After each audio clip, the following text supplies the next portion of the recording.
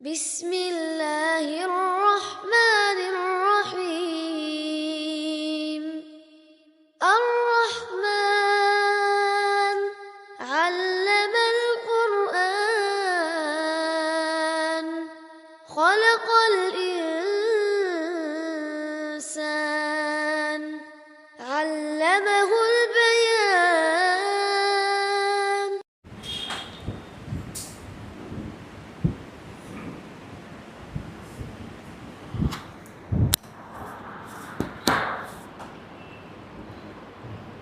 أعوذ بالله من الشيطان الرجيم. بسم الله الرحمن الرحيم.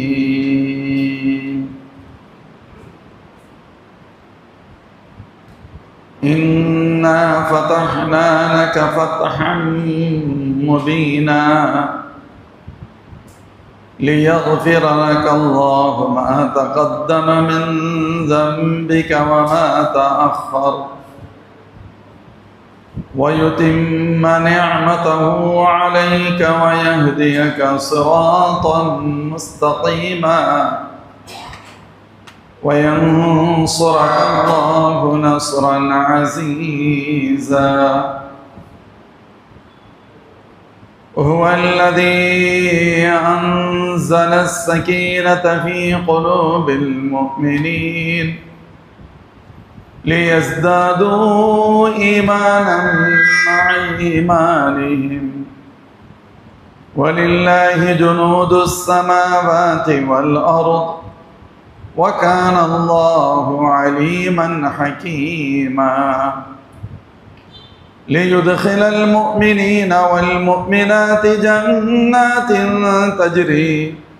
تجري من تحتها الأنهار خالدين فيها ويكفر عنهم سيئاتهم وكان ذلك عند الله فوزا عظيما. ويعذب المنافقين والمنافقات والمشركين والمشركات الظانين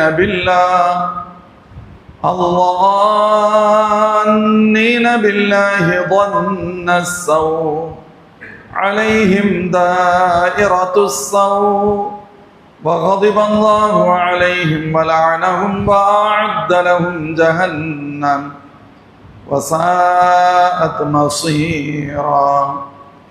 ولله جنود السماوات والأرض وكان الله عزيزا حكيما. صدق الله العظيم. அல்ஹம்துலில்லாஹ். அல்லாஹ்வின் கிருபையினால் முஹம்மது ஸல்லல்லாஹு அலைஹி வஸல்லம் அத்தியாயம் நிறைவு பெற்று அல் ஃபத்ஹ் எனும் அத்தியாயம் தொடங்குகிறது.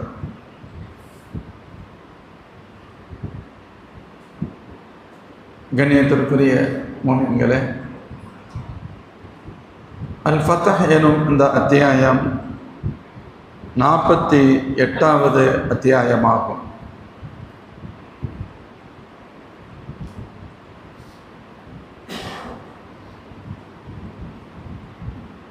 இறங்கிய வரிசையில் சூரத்துல் ஜும்மாவிற்கு பின்பு 28வது ஜுஸில் வரக்கூடிய சூரத்துல் ஜும்மா எனும் அத்தியாயத்திற்கு பின்பு இறங்கிய அத்தியாயம் இந்த அத்தியாயம். இறங்கிய வரிசையில் தொகுக்கப்பட்ட வரிசையில் முஹம்மது ஸல்லல்லாஹு அலைஹி வஸல்லம் அத்தியாயத்தை தொடர்ந்து 48வது அத்தியாயமாக இது இடம்பெறுகிறது.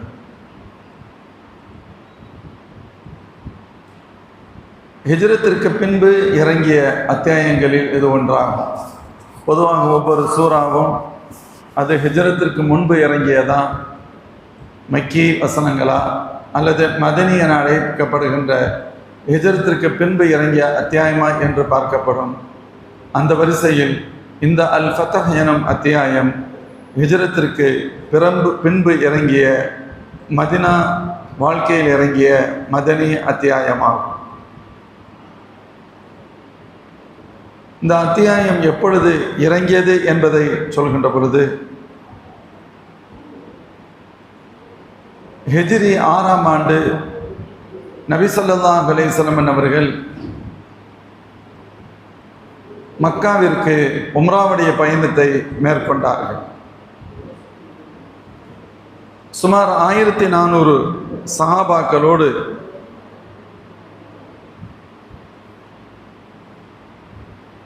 அல்லாஹ்வின் திருத்தூதர் ஸல்லல்லாஹு அலைஹி வஸல்லம் மக்காவின் பயணத்தை உம்ராவிற்காக மேற்கொண்ட நேரத்தில் மக்காவிற்குள் நுழைவதற்கு முன்பே இறை மறுப்பாளர்களால் பெருமானார் ஸல்லல்லாஹு அலைஹி வஸல்லம் தடுக்கப்பட்டார்கள். அவ்வாறு அவர்கள் தடுக்கப்பட்ட இடம் ஹுதைபியா என்ற மக்காவிலிருந்து சுமார் ஒரு 16 கிலோமீட்டர் தொலைவில் இருக்கக்கூடிய ஹுதைபியா என்ற இடமாகும். நம்ம எல்லோருக்கும் தெரியும், அல்லாஹ்வின் திருத்தூதர் ஸல்லல்லாஹு அலைஹி வஸல்லம் அவர்கள் மக்காவிலிருந்து மதினாவிற்கு அவர்கள் சென்ற பொழுது மிகுந்த வேதனையோடும் கவலையோடும் தான் சென்றார்கள். பல ஹதீஸ்களை நாம் பார்க்க முடியும். ஸல்லல்லாஹு அலைஹி வஸல்லம் சொல்வார்கள், என் சமூகம் இங்கிருந்து என்னை வெளியேற்றவில்லையானால் மக்காவே நான் உன்னை விட்டு வெளியேறியிருக்க மாட்டேன் என்று ஸல்லல்லாஹு சொன்னார்கள். லவ்லா அன்ன கௌமி அஹ்ரஜூனி மின்கி மா சகன்து கைரகி, நீ இந்த ஊர் மக்கள் என்னை வெளியேற்றவில்லையானால் உன் அல்லாத இன்னொரு இடத்தில் நான் குடியிருந்திருக்க மாட்டேன் என்று ஸல்லல்லாஹு சொன்னது உண்டு. குறிப்பாக காபாவை விட்டு அவர்கள் பிரிவதற்கு மனமில்லாமல் பிரிந்தார்கள் என்பதுதான் இயல்பு. மதினாவிற்கு சென்றதற்கு பின்பும் பெருமானார் ஸல்லல்லாஹு அலைஹி வஸல்லத்தினுடைய எண்ணமெல்லாம் மக்காவின் மீதும் காபாவின் மீதும் இருந்தது. அந்த நிலையில் ஹிஜ்ரி 6ஆம் ஆண்டு ஒரு முறை பெருமானார் ஸல்லல்லாஹு அலைஹி வஸல்லம் கனவு ஒன்றை காண்கிறார்கள். அதில் தாங்களும் தங்கள் தோழர்களும் மக்காவிற்கு சென்று உம்ராவுடைய பயணத்தை நிறைவு செய்வதாக கனவு காண்கிறார். சஹாபாக்களிடம் அதை சொல்லி, அல்லாஹ் நமக்கு இப்படி ஒரு வாய்ப்பை தருகிறான் போலும், நாம் எல்லோரும் சென்று திரும்புவோம் என ஸல்லல்லாஹு அலைஹி வஸல்லம் சொன்னார்கள். சஹாபாக்களுக்கு அது இரட்டிப்பு மகிழ்ச்சியானது. ஒன்று, நாம் புனித உம்ராவுடைய பயணத்தை மேற்கொண்டு அந்த அமலை நிறைவேற்ற மக்கா செல்கிறோம் என்ற சந்தோஷம். இன்னொன்று, பெருமானார் ஸல்லல்லாஹு அலைஹி வஸல்லம் அவர்களுடைய விருப்பம் நிறைவேறப் போகிறது. தொடர்ந்து ஸல்லல்லாஹு அதே கவலையில் அதே சிந்தனையில் இருக்கின்றார்கள் அல்லவா. பெருமானார் விரும்புகின்ற அந்த மக்காவின் பயணம், உம்ராவின் பயணம் அது நசீபாகிவிட்டது என்று இரட்டிப்பு சந்தோஷத்தில் இருந்தார்கள். இந்த நேரத்தில் ஸல்லல்லாஹு அலைஹி வஸல்லம் தலைமையில் 1400 சஹாபாக்கள் கொண்ட அந்த குழு உம்ராவிற்காக பயணிக்கிறது. சுமார் ஏறக்குறைய 400 கிலோமீட்டர்களை தாண்டி பயணம் செய்து வந்து விடுகிறார்கள். ஏன்னா மக்கா டு மதினா என்பது 400 கிலோமீட்டர்களுக்கு அப்பாற்பட்டது. வந்து விடுகிறார்கள். இந்த செய்தியை மக்காவாசிகள் கேள்விப்பட்டு இப்படி வருகிறார்கள், இவர்களை உள்ளே அனுமதிக்க கூடாது என்று அவர்கள் ஒரு முடிவெடுக்கிறார்கள். பெருமானார் ஸல்லல்லாஹு அலைஹி வஸல்லம் அவர்கள் இவற்றையெல்லாம் தெரிந்து மக்காவிற்குள் நுழைவதற்கு முன்பு ஒரு 16-17 கிலோமீட்டர் தூரத்தில் இருக்கக்கூடிய ஹுதைபியா என்ற இடத்தில் பெருமானார் ஸல்லல்லாஹு அலைஹி வஸல்லம் தங்குகிறார்கள். இன்றும் ஹாஜிகள் அந்த இடத்துக்கு மாஷா அல்லாஹ் போயிட்டு வரக்கூடிய வாய்ப்பை எல்லாம் பார்க்கிறோம். ஹஜ்ஜுடைய பயணம், உம்ராவுடைய பயணத்தை மேற்கொள்பவர்கள் அவங்களுக்கு பெரும்பாலும் தாயிஃப் போகிற டயத்தில் ஹுதைபியா வந்துட்டு பார்த்து அதன் பின்பு தாயிஃபுக்கு செல்கின்ற வழக்கம் உண்டு. ஆனால் ஆக்சுவலி தாயிஃப் இருப்பது ஒரு புறம், தாயிஃப் இந்த பக்கத்தில் இருக்குன்னா ஹுதைபியா இங்கே இருக்குது. இருந்தாலும் பயண வசதிக்காக தாயிஃபுக்கு போகும்பொழுது பெரும்பாலும் இங்கே ஹுதைபியாவுக்கு போயிட்டு பார்த்துட்டு திரும்ப அப்படியே மக்கா வழியாக வந்து தாயிஃபுக்கு போவாங்க. பெருமானார் ஸல்லல்லாஹு அலைஹி வஸல்லம் அந்த இடத்தில் தங்கினார்கள். தங்கி ஹஸரத் சையதனா உஸ்மான் இப்னு அஃபான் ரலியல்லாஹு அன்ஹு அவர்களை மக்காவிற்கு அனுப்பி தங்களுடைய தகவலை தெரிவித்துட்டு வருமாறு சொல்கிறார்கள். சும்மா திடுதிப்பு நம்ம போக வேணாம், தேவையற்ற பிரச்சனைகளை தவிர்ப்போம் என்று எண்ணிய பெருமானார் அவர்களை அனுப்பி, நாங்கள் உம்ராவிற்காக வந்திருக்கின்றோம், வேறு நோக்கங்கள் எதுவும் இல்லை, பிரச்சனைகள் ஒன்றும் இல்லை, உம்ராவுடைய அமலை நிறைவு செய்வோம், நாங்கள் திரும்பி விடுவோம் என்று சொல்லிவிட்டு அனுமதி பெற்று வாருங்கள் என அனுப்பினார்கள். ஹஸரத் சையதுனா உஸ்மான் இப்னு அஃபான் ரலியல்லாஹு அன்ஹு மக்காவுக்கு வர்றாங்க. முக்கியஸ்தர்களை சந்தித்து பேசினார்கள். அவங்க ஸ்ட்ராங்காக சொல்லிட்டாங்க, இல்லை அதுக்கு வாய்ப்பு இல்லை அப்படின்ட்டாங்க. அதற்கு வாய்ப்பு இல்லை, முடியாது அப்படிங்கிறாங்க. ஹஸரத் உஸ்மான் ரலியல்லாஹு அன்ஹு ரொம்ப கவலையாக போச்சு, என்ன எப்படி சொல்கிறாங்களே. உஸ்மான் ரலியல்லாஹுடைய முகத்தில் இருந்த கவலையை பார்த்து அந்த மக்காவுடைய முக்கியஸ்தர்கள் சொன்னார்கள், உஸ்மான், நீங்கள் இவ்வளோ தூரம் வந்துட்டீங்க, நீங்கள் எங்களுக்கு ரொம்ப முக்கியமானவங்க, சரி நீங்கள் உம்ரா செஞ்சுட்டு போங்க அப்படின்னா. வந்துட்டீங்க, நீங்கள் உங்களுடைய அமலை முடிச்சுட்டு போங்கன்றான். சையதுனா உஸ்மான் இப்னு அஃபான் ரலியல்லாஹு அன்ஹு சொன்னாங்க, அப்படி எனக்கு அவசியம் இல்லை அப்படின்ட்டாங்க. அவங்க நினச்சது இப்படி சொன்னால் ரொம்ப சந்தோஷமாக அந்த அமலை நிறைவேற்றிட்டு போய் வாங்க நினச்சாங்க. உங்களுடைய அனுமதி எனக்கு ஒன்றும் தேவையில்லை, என் நபி அவர்களுக்கு மறுக்கப்பட்ட அந்த அமல் நான் செய்கிறதாக இல்லை அப்படின்னு சொன்னான். இது உங்களுக்கு பெரிய கோபத்தையும் ரோஷத்தையும் உருவாக்கி, பாவம்ட்டு போயிட்டு போகிறாங்க, உம்ரா செஞ்சுட்டு போன்னு சொன்னால் இந்த என்ன திமிரா பேசுகிறாங்கிற மாதிரி அப்படி தானே அவங்க ஸ்டைலில் இருக்கும். அதாவது அவங்க சர்வாதிகாரத்திற்குரியவர்கள் அல்லவா, அவங்க வருத்தப்பட்டாங்க, கோபப்பட்டாங்க. இதுக்கிடையில் ஹஸரத் உஸ்மான் ரலியல்லாஹு அன்ஹு ஹுதைபியாவுக்கு திரும்புறது தாமதமாகிக்கிட்டு இருக்கு. இதற்கு மத்தியில் இங்கு நடைபெற்ற இந்த உரையாடல் சில தகவல்களாக நபி ஸல்லல்லாஹு அலைஹி வஸல்லம் செல்கின்ற பொழுது ஹஸரத் உஸ்மான் ரலியல்லாஹு அன்ஹுவுக்கு ஆபத்து ஏற்பட்டு விட்டது என்று வதந்தியாக மாறியது. அப்படித்தானே சொல்லுவாங்க, தகவல் 2-3 வாய் கைகள் மாறுகின்ற பொழுது இப்படிலாம் மாறிடும் இல்லை. பிரச்சனைங்கிறது உண்மை, அவங்க சொன்னாங்க, இவங்க கேட்கல, மறுத்ததுனால அவங்க கோவப்பட்டாங்கங்கிறது வரைக்கும் உண்மை. இதை பேஸாக வச்சு கோவப்பட்டாங்கன்னா அவங்கள அடிச்சிட்டாங்க, காலி பண்ணிட்டாங்க, இப்படி போயிடுச்சு தகவல். அல்லாஹ்வின் திருத்தூதர் ஸல்லல்லாஹு அலைஹி வஸல்லம் அவர்கள் அந்த நேரத்தில் சஹாபாக்கள் எல்லோரிடமும் ஒரு உடன்படிக்கை செய்கிறாங்க, ஒப்பந்தம் செய்தாங்க. பையத் ரிதுவான் என்று அதற்கு பெயர். என்ன பையத் அப்படின்னு சொன்னால், உஸ்மான் ரலியல்லாஹு அன்ஹு இப்போ வரல, அவர்களுக்கு ஆபத்து ஏற்பட்டதாக சொல்லப்படுகிறது. ஒருவேளை இந்த தகவல் உண்மையானதாக இருக்குமானால், அவர்களுக்கு உண்மையிலேயே ஆபத்து ஏற்பட்டிருக்குமானால், இதற்கு ஒருபோதும் விட முடியாது, இதற்கு எதிர்த்து இதை நாம் கடுமையாக இதற்கு பகரம் பெற வேண்டும், இவங்களை விடக்கூடாது அப்படிங்கிறது தான் அந்த ஒப்பந்தம். அனைத்து சஹாபாக்களும் அல்லாஹ்வின் திருத்தூதர் ஸல்லல்லாஹு அலைஹி வஸல்லம் அவர்களிடம் தங்களது கரத்தை பெருமானாரின் கரத்தில் இவர்கள் பையத் செய்து கொடுக்கிறார்கள். அதாவது தங்களுடைய கையை நீட்டுவாங்க, ஸல்லல்லாஹு அலைஹி வஸல்லம் கைக்கு மேலே வைப்பாங்க. இவங்க சொல்லுவாங்க, நாங்கள் இந்த உடன்படிக்கைக்கு முழுமையாக சம்மதிக்கிறோம் என்று. இப்படி எல்லா சஹாபாக்களும் பையத் செய்து கொடுத்தார்கள். எல்லாம் முடிந்ததற்கு பின்பு பெருமானார் ஸல்லல்லாஹு அலைஹி வஸல்லம் தங்களது இடது கரத்தை கீழே வைத்து வலது கரத்தை மேலே வைத்து, இது உஸ்மான் அவர்களுக்காக நான் கொடுக்கின்ற பையத் அப்படின்னு சொன்னான். உஸ்மான் இருந்தால் எனக்கு பையத் செய்து கொடுப்பார்ல, இப்போ அவருக்காக நானே பையத் செய்து கொடுக்கிறேன் என்று ஹஸரத் ஸல்லல்லாஹு அலைஹி வஸல்லம் பையத் செய்தார்கள் உஸ்மான் ரலியல்லாஹு அன்ஹுக்கு பகரமாக. அப்படி வரலாறுகளில் வரும். இதில் 2 விதமான தகவல் எழுதுவாங்க. ஒன்று, அவர்கள் ஹயாத்தாக இருக்கிறார்களா என்று தெரியவில்லை, ஒருவேளை ஹயாத்தோடு இருக்கலாம். ஒருவேளை இந்த இடத்தில் இருந்து அவர்கள் என்ன செய்வார்கள், இப்படி தான் இருப்பாங்க, அவங்களுக்கு இன்னொரு கருத்து இருக்காதுங்கிறத சலஹாசம் தெரியப்படுத்தினாங்கன்னு சொல்லுவாங்க. இன்னொரு அர்த்த மறைமுகமாக சொல்லப்படும், நமக்கு வந்த தகவல் வதந்தி இருந்தாலும் தகவல்களின் அடிப்படையில் சில காரியத்தை செய்ய வேண்டும். ஹக்கீகத்தில் உஸ்மான் இப்னு அஃபான் ரலியல்லாஹு அன்ஹு இறக்கவில்லை என்பதை ஸல்லல்லாஹு அலைஹி வஸல்லம் மறைமுகமாக தெரிந்து வைத்திருந்தார்கள் என்பது ஒரு பொருள். சரி, இந்த சூழலில் இருந்த பொழுது ஹஸரத் உஸ்மான் ரலியல்லாஹு அன்ஹு வந்துடுறாங்க. இந்த ஒப்பந்தத்தான் அல்லாஹ் சொல்வான், ஒரு மரத்தின் அடியில் இந்த ஒப்பந்தம் நடைபெற்றது. இந்த அத்தியாயத்தில் அந்த வசனம் பின்னால் வரும். அது வருகின்ற பொழுது விளக்கமாக அதை பற்றி நாம் பார்க்கலாம். லகத் ரலியல்லாஹு அனில் முஃமினீன் இத் யுபாயிஊனக தஹ்த ஷஜரா.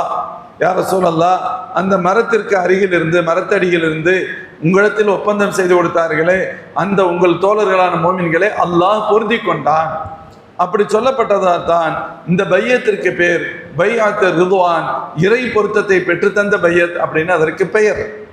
இப்பொழுதும் உம்ரா செய்யக்கூடிய சகோதரர்கள் நம்ம போய் ஹுதைபியாங்கிற இடத்துல பார்க்கறது, அந்த மஸ்ஜித் ஒன்று இருக்குது, அந்த இடத்துல பள்ளி கட்டியிருக்காங்க, அடையாளத்துக்காக மஸ்ஜிது கட்டப்பட்டிருக்கு. அங்கே ஒரு இடத்துல ஒரு சிறிய காம்பவுண்ட் போடப்பட்டிருக்கு. அங்கு ஒரு மரம் இருக்கிறது. அந்த இடத்தில் அது அந்த மரம் அல்ல. ஒரு கட்டத்தில் செய்தனா உமர் ரலியல்லாஹு அன்ஹு அந்த மரத்தை வெட்ட சொல்லிட்டாங்கன்னு வரும். மக்கள் எல்லாரும் போகிறாங்க, அந்த மரத்துக்கு அடியில் இருந்து விசேஷமாக கருதுறாங்க. இதை இப்படியே விட்டால் காலப்போக்கில் வித்தியாசமாயிரும், அதனால அந்த மரத்தை வெட்டிருங்கன்னு சொல்லிட்டாங்கன்னு சொல்லப்படும். ஆனால் இன்னும் அந்த காம்பவுண்ட் சுவர் இருக்கிறது, அதற்குள் இயல்பாக வேறு மரங்கள் செடிகள் இருக்கின்றன. இப்போ நம்ம அந்த காம்பவுண்ட் சுவர் பக்கத்துல இருந்து பேசுவோம், மக்களுக்கு தகவல்களை சொல்வோம். அது இந்த பைஅத் ரிதுவான் ஒப்பந்தம் நடைபெற்ற இடம். சரி, இன்னொன்று ஹுதைபியா என்பது ஒரு கிணற்றின் பெயர் அப்படின்னு சொல்லுவாங்க. ஹுதைபியா அந்த இன்னைக்கு ஹுதைபியாங்கிறது அந்த இடத்துல மஸ்ஜிது கட்டப்பட்டிருக்கு, கடைகள் இருக்கு, ஒரு சின்ன ஒரு மக்கள் வசிக்கிற இடம் மாதிரி. இப்போ மக்கள்லாம் இல்லை, அங்கே கூட்டம்லாம் இல்லை. வரக்கூடிய ஹாஜிகள் அங்கே வர்றாங்க, தொழுகிறாங்க, அதுக்காக மஸ்ஜித் இருக்கு. மக்கள் நிறைய கூட்டம் வர்றதுனால கடை வீதிகள் வந்துருச்சு, கடைகள் வந்துருச்சு, முசல்லா பெருச்சம்பளம் அது இது வைக்கிறாங்க. அது எல்லா இடத்த மக்கள் கூடுகின்ற இடங்கள் எல்லாம் விற்பனை நிலையங்கள் வந்து விடும் அல்லவா, அதை போன்று இருக்கிறது, அவ்வளவுதான். வேற பெருசா மனிதர்கள் மக்கள் நிறைய வசிக்கக்கூடிய இடம் அல்ல. அது ஒரு பெரிய வராண்டா, அதாவது வறண்ட பகுதி, பாலைவனம் போன்றது தான். ஒட்டகைகள் இருக்கும். அப்படி ஹாஜிகளை கூட்டிட்டு போகும்போது தான் அந்த இடத்துல ஒட்டக பண்ணைக்கு கூட்டிட்டு போறவங்க, டிராவல்ஸ் நடத்துறவங்க, சரி அவங்களுக்கு ஒரு சந்தோஷமா இருக்கும் மக்களுக்கு அப்படின்னு நினைக்கிறது. இவங்களும் எங்கேயோ கூட்டிட்டு போன மாதிரி இருக்கும்னு சொல்லி ஒட்டகங்கள் இருக்கக்கூடிய இடத்துக்கு போறது, ஒட்டக பால் வேண்டுமானா சாப்பிடுங்கன்னு சொல்றது. இப்போ அந்த இடத்தையும் எப்படி ஆக்கிட்டாங்கன்னு கேட்டா, அதுல ஸ்கூட்ரு அல்லது சின்ன கார் மாதிரி ஒன்று வச்சு ரைடு போறந்தா போயிட்டாங்க, 5 ரியால் 10 ரியால் அப்படின்னு சொல்றது. சில பேர் ஒட்டகத்துக்கு மேலே ஏற்றி ஒரு ரவுண்டு அடிச்சுட்டு வர்றது, அதுக்கு ஏதோ ஒன்று மக்களை திருப்திப்படுத்துகிற மாதிரி ஒவ்வொன்றையும் அதில் ஒரு சின்ன வியாபாரம் நடக்குதுன்னு வச்சுக்கோங்களேன்.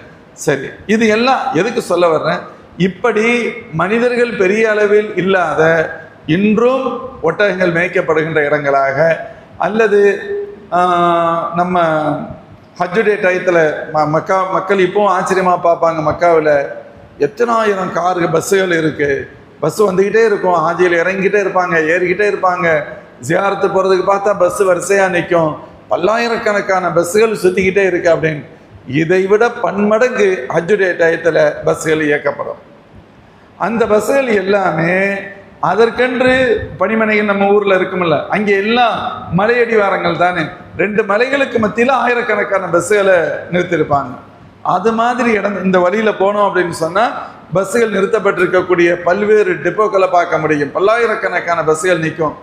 அது மாற்றி மாற்றி இயக்கிக்கிட்டே இருப்பாங்க, இல்லைண்டா இதாக ஜாம் ஆயிடக்கூடாதுங்கிறதுக்காக. இப்போ இந்த பகுதி ஹுதைபியாங்கிற பகுதி, அந்த காலத்தில் ஹுதைபியா அப்படிங்கிறது எதை வச்சு அந்த பேர் அப்படின்னு கேட்டால், ஒரு கிணறு இருந்தது, அந்த கிணற்றுக்கு பெயர் ஹுதைபியா அப்படின்னு சொல்லுவாங்க. அந்த கிணற்றுக்கு பெயர் ஹுதைபியா. அந்த கிணறு இருந்த இடத்தில் அருகே இந்த ஒப்பந்தங்கள் மற்றவைகள் இந்த நிகழ்வுகள் எல்லாம் நடைபெற்றதால் அந்த ஒட்டுமொத்த இடத்தின் பெயரே ஹுதைபியாவாக மாறிவிட்டதுன்னு சொல்லுவாங்க. இது எது மாதிரி அப்படின்னு கேட்டா, பத்ர் யுத்தம் நடைபெற்ற இடத்தை பற்றி கேள்விப்பட்டிருப்போம். இஸ்லாமிய வரலாற்றில் நடைபெற்ற முதல் யுத்தம் பத்ர் யுத்தம். கிட்டத்தட்ட மதினா ஷரீஃபிலிருந்து ஏறக்குறைய ஒரு 150 கிலோமீட்டர்கள் தொலைவில் இருக்கு. மக்கா டு மதினா போற வழியில, மக்கா டு மதினா போற வழியில கொஞ்சம் உள்ள போயிட்டோம் அப்படின்னு சொன்னா பத்ரை டச் பண்ணிட்டு போயிட முடியும். அந்த பத்ரை சொல்கின்ற பொழுதும் பத்ர் யுத்தம் நடைபெற்ற இடம் என்ற அடிப்படையில் நாம் பத்ர் அப்படின்னு சொல்றோம். ஆனா ஆரம்பத்தில் இந்த இடத்துக்கு எப்படி பத்ர்னு பேர் வந்துச்சுன்னு சொல்லும் பொழுது, அங்கே ஒரு கிணறு இருந்தது, அந்த கிணற்றுக்கு பெயர் பத்ருன்னு பேரு, எனவே அந்த ஏரியாவிற்கு பெயர் பத்ருன்னு வந்துச்சுன்னு சொல்லுவாங்க. இது வரல. அதே போன்றுதான் ஹுதைபியா என்பதும் அந்த ஏரியாவில் இருக்கக்கூடிய ஒரு கிணற்றின் பெயர். அங்கே அந்த கிணறு ஒரு முக்கியமான கிணறாக இருந்தது. சஹாபாக்கள் அந்த கிணறை பற்றி சொல்லுவாங்க. நாங்கள் அந்த கிணறை சுற்றி தங்கியிருந்தோம். நாங்கள் போயிருக்கும் போது இருந்தோம், கிணத்துல தண்ணி இருந்துச்சு. நாங்கள் எல்லாம் சுத்தமாக காலி பண்ணிட்டோம். தண்ணி இறைச்சி குடிக்க, கால்நடைகளுக்கு மற்ற வாகனங்களுக்கு குறைக்க காலி பண்ணிட்டோம். ஒரு கட்டத்தில் சுத்தமாக அதில் தண்ணி இல்லை. அடுத்து என்ன செய்யறது தண்ணிக்கு அப்படிங்கிற ஒரு சிறிய சிரமமான தடுமாற்றம் நிறைந்த நிலை. பெருமானார் ஸல்லல்லாஹு அலைஹி வஸல்லம் முறையிட்டோம், யார் ரசூலல்லாஹ், இருந்த தண்ணீரை ஃபுல்லாக காலி பண்ணிட்டோம், இப்போ கிணத்துல தண்ணியே இல்லை அப்படின்னு சொன்னோம். அப்படியா அப்படின்னு கேட்டுட்டு நீங்கள் ஏதாவது கையில் கொஞ்சம் தண்ணீர் வச்சுருக்கீங்களா, அதை கொடுங்கன்னு கேட்டாங்க. எங்களிடம் ஆளு கொஞ்சம் இருந்த தண்ணீரை கொஞ்சம் சேகரித்து பெருமானாரிடம் கொடுத்தோம். ஒரு சின்ன பாத்திரத்தில் கொடுத்தோம். பெருமானார் ஸல்லல்லாஹு அலைஹி வஸல்லம் அந்த கிணற்றுக்கு அருகில் வந்தார்கள். அந்த கிணற்றின் ஓரத்தில் பெருமானார் உட்கார்ந்தார்கள். உட்கார்ந்து ஸல்லல்லாஹு அலைஹி வஸல்லம் ஒது செய்தார்கள். பெருமானார் ஒது செய்தார்கள். ஒது செய்கின்ற பொழுது வாய் கொப்பளிப்போம் அல்லவா, அந்த வாய் கொப்பளித்தார்கள். வாய் கொப்பளித்து துஆ செய்து அந்த தண்ணீரை கிணற்றுக்குள் துப்பினார்கள். ஒது செய்தாங்க. குறிப்பாக வாய் கொப்பளிக்கின்ற பொழுது வாய் கொப்பளித்து விட்டு துஆ செய்து விட்டு அந்த தண்ணீரை கிணத்துக்குள்ள துப்பினாங்க. சற்று நேரம் நாங்கள் அமைதியாக இருந்தோம். அதற்கு பின்பு அந்த கிணற்றில் தண்ணீர் மளமளவென ஊற ஆரம்பித்தது. நாங்கள் 1400 பேர் இந்த நேரத்தில் இருந்தோம். நாங்களும் எங்களோடு இருந்த கால்நடைகள் மற்றவைகளுக்கும் நாங்களும் தண்ணீர் குடித்தோம். இப்போ மற்றவைகளுக்கும் தண்ணீர் கொடுத்தோம். எங்களுக்கு தேவையான தண்ணீரை எல்லாம் எடுத்துக்கொண்டோம். 1400 பேருக்கும் எங்களது வாகனங்களுக்கும் எந்த பிரச்சனையுமே இல்லை. அல்லாஹ்வின் திருத்தூதர் ஸல்லல்லாஹு அலைஹி வஸல்லம் அவருடைய சொல்லுவாங்க, முஅஜிஸாக்களில் இதுவும் ஒன்று. ஸல்லல்லாஹு அலைஹி வஸல்லம் முஅஜிஸா நிறைய உண்டு. பெருமானார் ஸல்லல்லாஹு அலைஹி வஸல்லம் எச்சில் துப்பினால், ஸல்லல்லாஹு அலைஹி வஸல்லம் பல கட்டங்களில் பெருமானாருடைய எச்சில் உஸாக்கை முபாரக் அப்படின்னு சொல்லுவாங்க. பல நோய்களுக்கு அது மருந்து. சையதுனா அபூபக்கர் சித்தீக் ரலியல்லாஹு அன்ஹு ஹிஜ்ரத்துடைய நேரத்தில் ஆரே சௌரில் இருந்த பொழுது ஒரு விஷப்பொருள் ஒன்று கடித்ததாகவும் கடுமையாக அவர்களுக்கு வெளியேறியதாகவும், விஷம் தலைக்கேறி வெளியேறுகிறது. தன்னை கண்ட்ரோல் பண்ணிக்கிறாங்க. தாம் ஏதேனும் அசைந்தால் பெருமானுடைய தூக்கம் கெட்டுவிடுமோ என்று அவருடைய கண்களிலிருந்து வெளிப்பட்ட கண்ணீர் துளி பெருமானார் திருமுகத்தில் பட்டு எழுந்திருக்க சாச கேட்குறாங்க, மாலக்க அபூபக்கரின், அபூபக்கர் என்னமா பிரச்சனை அப்படின்னு கேட்டாங்க. யார் ரசூலுல்லாஹ் அப்படி நடந்துருச்சுன்னு சொன்னாங்க. காலை எடுங்கன்னு சொன்னாங்க. ஸல்லல்லாஹு அலைஹி வஸல்லம் அதனுடைய காலில் புனிதமான அந்த எச்சிலை தடவினார்கள்.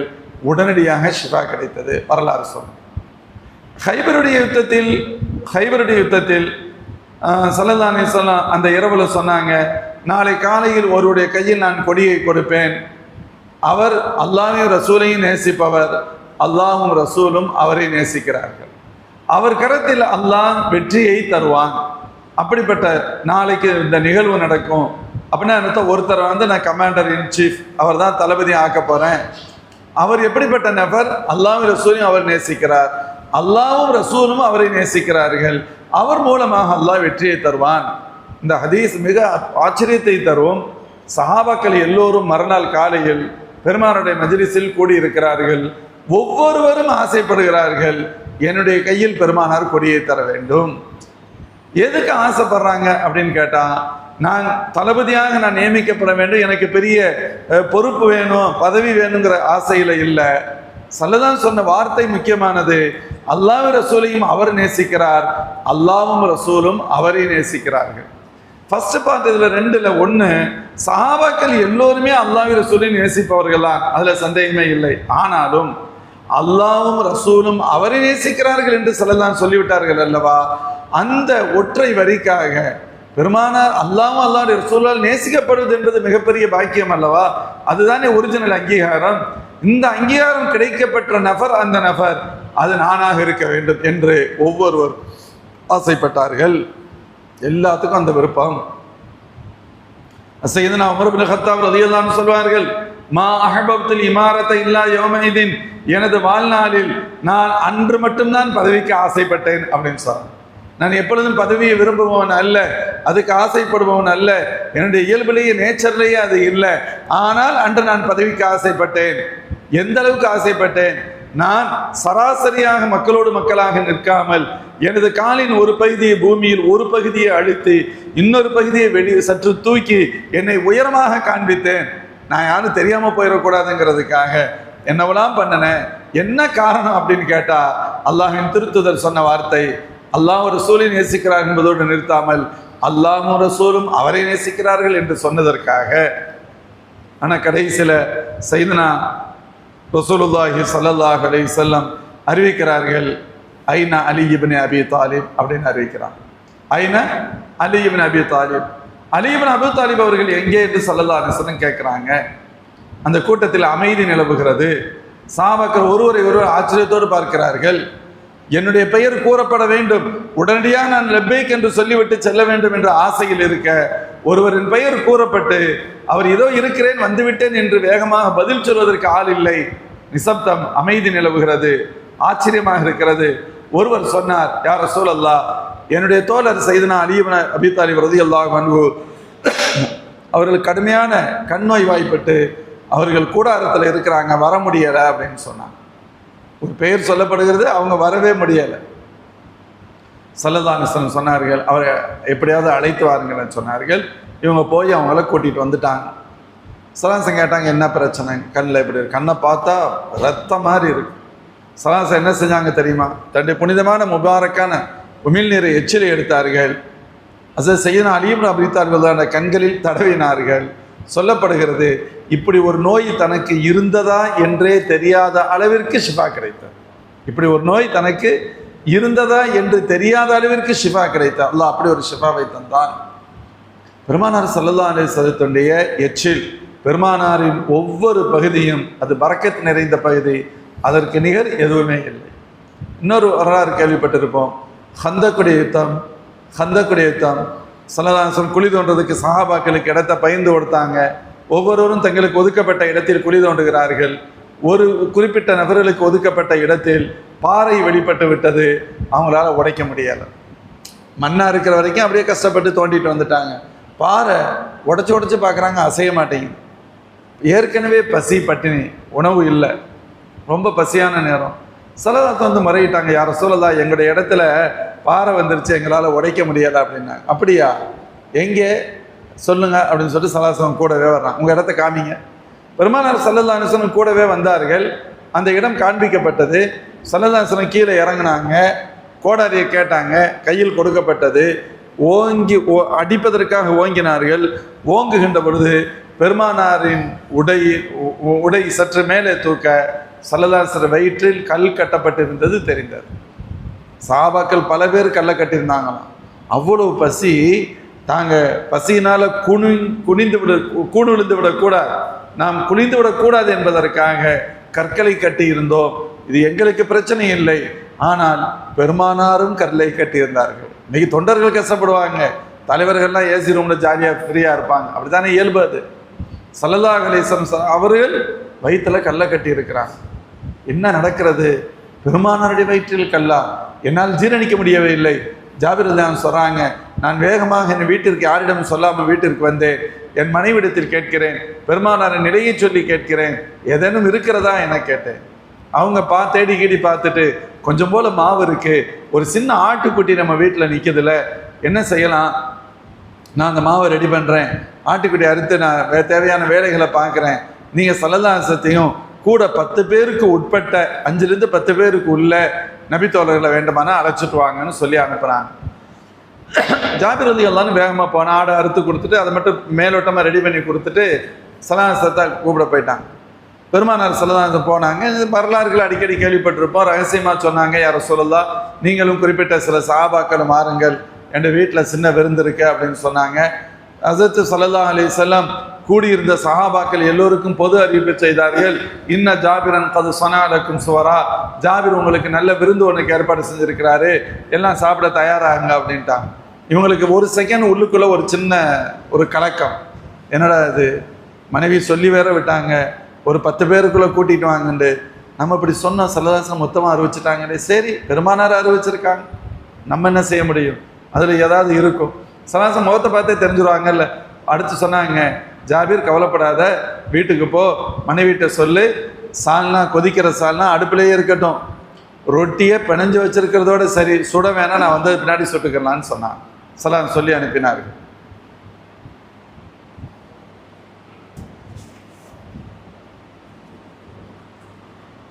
அதுக்கெல்லாம் சஹாபி ஹஸரத் ஜாபீர் ரலியல்லாஹு வீட்டுக்கு வந்தாங்க. பெருமானார் ஸல்லல்லாஹு சொன்ன தகவலை மனைவிட்ட சொல்கிறாங்க.